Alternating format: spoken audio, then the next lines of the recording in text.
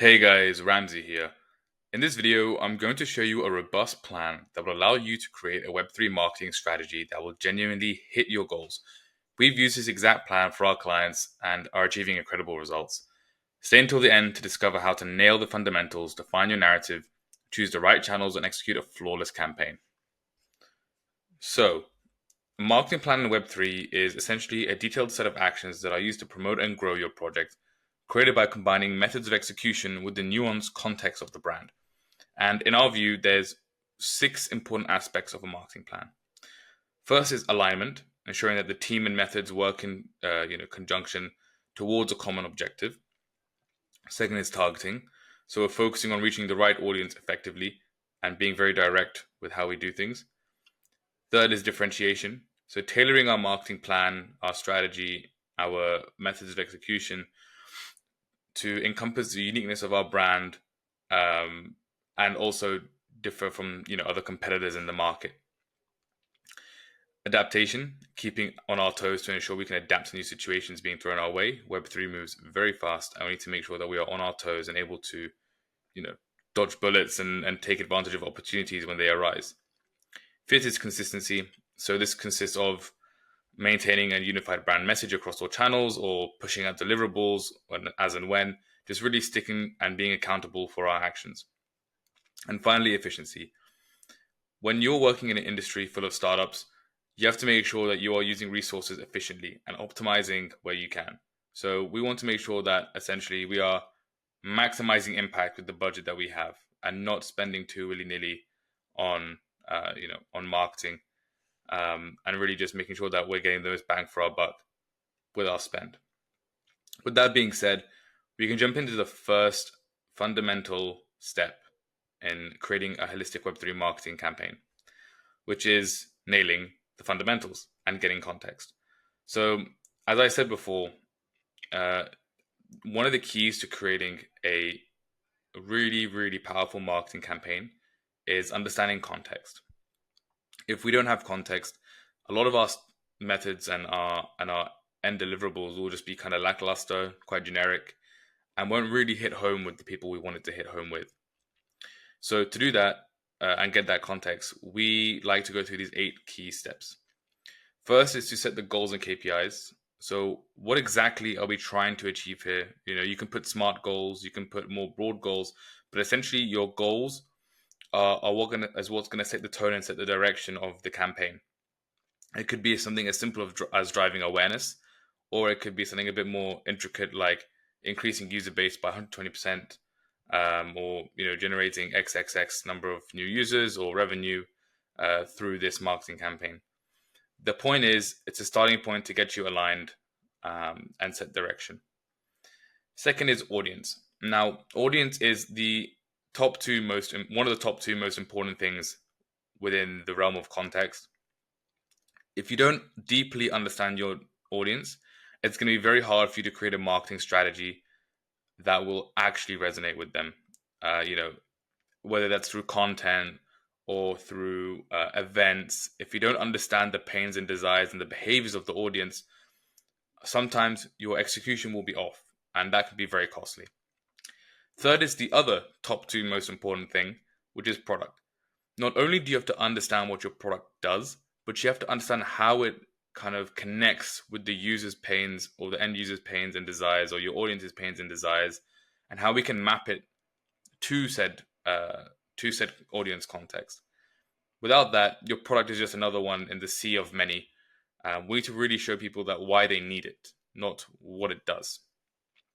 Fourth is competition. Obviously, we need to understand who else is kind of competing for mind share in this specific part of the market, understanding their product, their marketing strategies, and any gaps that we can fill. Fifth is market context. So staying up to date with the latest industry trends and technological advancements, regulatory landscape. What does the context of the market look like? What is the playing field that we will be playing in? We need to understand the lay of the land before we kind of go to battle. 6 is brand. So understanding the brand's mission, personality, vision, core values is really important so we can keep it consistent across all channels and all messaging. 7th is roadmap and timelines. So outlining the major phases and milestones of the campaigns to ensure that we are hitting deadlines, we are keeping accountable, and we are staying on track. And finally, market sentiments. This can be stuff like, the latest narratives in the market, kind of what else is kind of going on a more micro level that we can either learn from or lean into as and when, just to give our campaigns a little bit more of a kick when needed. Now, once you've kind of got your context down, you can move on to the next section, which is narrative positioning and messaging. Now, if you've been in the Web3 space for a while, you will know that narrative is king. In the industry, attention is the core currency, right? Thousands of projects are brought to life every month. There is a finite number of listeners, or there hasn't been too much increase in liquidity in recent, in the last year. We're still very much fighting for the same attention. And because of that, you need to make sure that your narrative is so clear and cutthroat and sharp that it just slices through the noise of the market. Now, how do we do that? Well, first we need to understand the brand positioning. So this is basically how you want the audience to perceive your brand, and it marks as the starting point for the journey of your brand. Then you have your narrative. So your narrative is a story, just like there are other market narratives, such as the DeepIn narrative or the AI narrative, which have been, coming and going. They're trends in technology and applications. But your narrative for your brand is the story your brand is going to tell that's going to help it capture and retain that attention. So developing that story, the project's purpose and the journey, making it relatable, engaging for your audience is extremely important. Making your narrative cutthroat, sharp, really, really something unique when possible. And a little tip for everyone out there: if you can define your own category, you should try. It's a much harder road to travel, but it pays off dividends in the long run. Now, if you are struggling with this, you can check out my video titled "The Only Storytelling Frameworks You Need to Build for a Web3 Brand."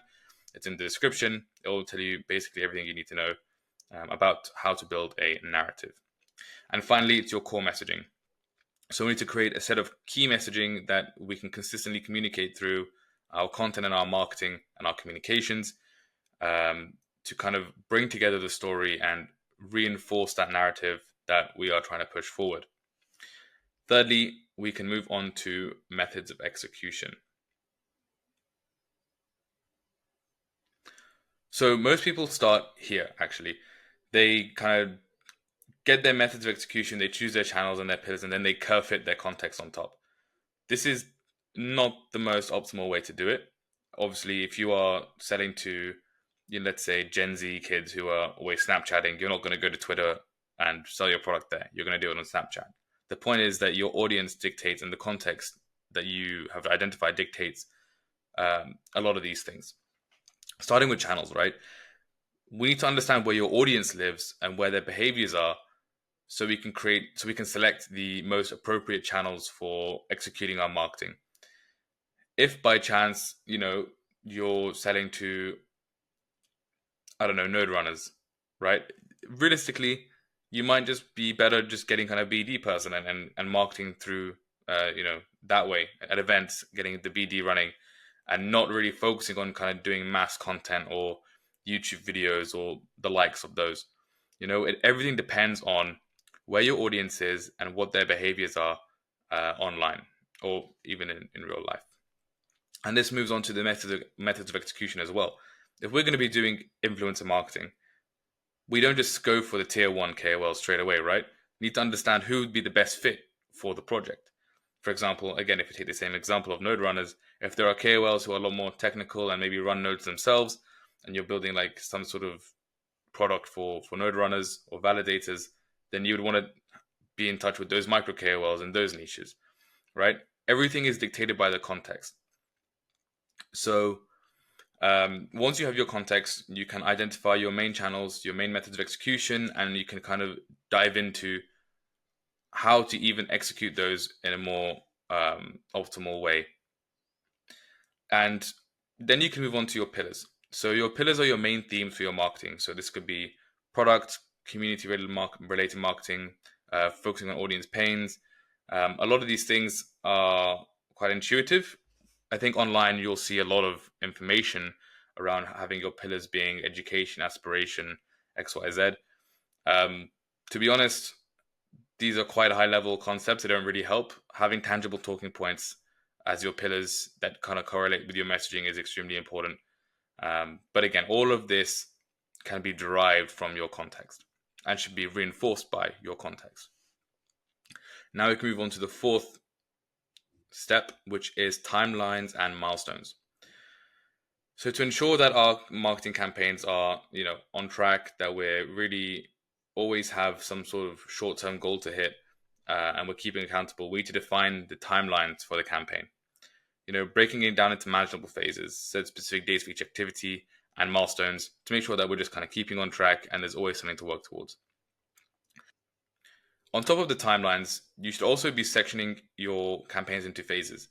Obviously, going full blast for 3 months is quite expensive and might not yield the results that you want. But there is a framework that you can use to kind of help build that initial organic traction that will steamroll into a really big buzz down the line. And that is the whisper, tease, shout technique or framework. This starts with subtle hints and talks with relevant sub-communities and core audience members to kind of build that organic community and get some kind of traction there. Then we tease the product a bit more, release more details, previews, build more anticipation, and then we shout really loud just before the thing drops or the token launches, and creates a really big buzz. Now, what this does is it helps kind of taper the downfall per se, or the aftermath of the launch. A lot of times when products launch and tokens launch, there is an initial euphoria and then there is a taper off. If we can really nail this and build an organic community and evangelists before we start shouting about the product, that taper is a lot less, it's a lot more manageable per se. And finally, we need to look at the main activations. So just doing marketing and saying, oh, we got a product is great, but we need to understand what the main activation for that is. So what will be the main event that will launch your campaign? What is the steps you want the audience to take subsequent to the launch? Understanding the activation for the campaign and what you want to come after it is extremely important. And finally, you just need to execute. Follow through with your plan, stick to the timelines and adapt as needed, monitor your progress, use analytics tools like Twitter analytics tools or social listening tools to kind of understand the way that your campaign is going, and really keep engaged with the audience. Remember, they're the ones who are going to be using the product, and they're the ones we should be really, really trying to appease. Respond to feedback, answer questions, and maintain active communication.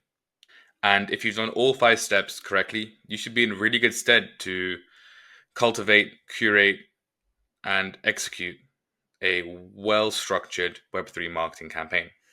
Now, hopefully you found that video useful. If you're a Web3 brand looking to acquire new users organically, profitably, and sustainably, check out the first link in the description for more of our resources, or you can book in a call with my team to see if we can help you scale through content. See you in the next one.